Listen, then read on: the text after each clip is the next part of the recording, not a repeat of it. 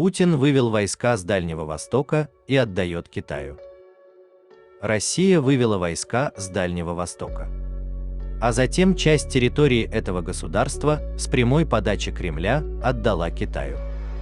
Посредством такого подарка президент РФ Владимир Путин хотел бы заслужить лояльность Пекина и заключить с ним большой договор, приблизившись к мировому Олимпу. С точки зрения стратегии, создается впечатление, что Российская Федерация выводит свои войска с Дальнего Востока специально. Как рассказал эксперт, уже сегодня в школьных учебниках Китая граница с РФ изображена совсем не так, как это есть на самом деле. Граница проходит практически на 1000 километров севернее. Они учат детей, что это Великий Китай. Кроме того, часть российских земель отдана Китаю в аренду на срок 49 лет. Кто через 49 лет заберет эту землю? Китай будет занимать российские территории, применяя мягкую силу. Он будет заселять туда свое население, которое будет ассимилироваться. И буквально через 2 этапа местных выборов они получат полностью прокитайские местные власти, которые потом тихонечко перенесут пограничные столбы и все. Интерес Кремля состоит в том, чтобы заключить с Китаем большой договор.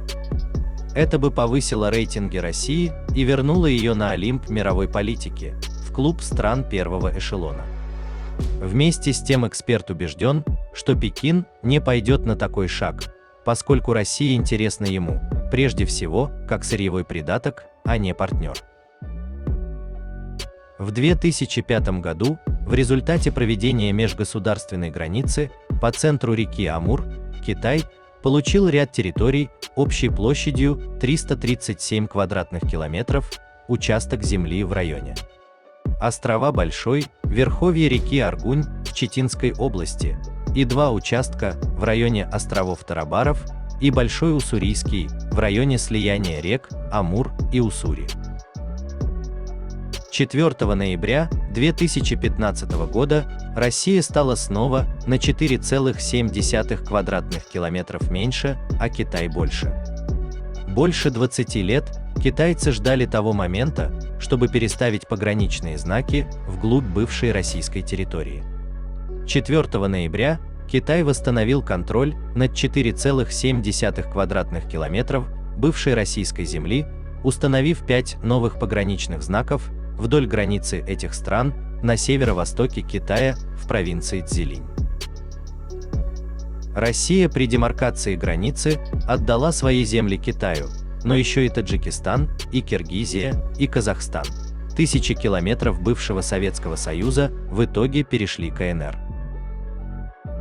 31 декабря прошлого года президент Путин подписал патриотические указы о создании территорий опережающего развития.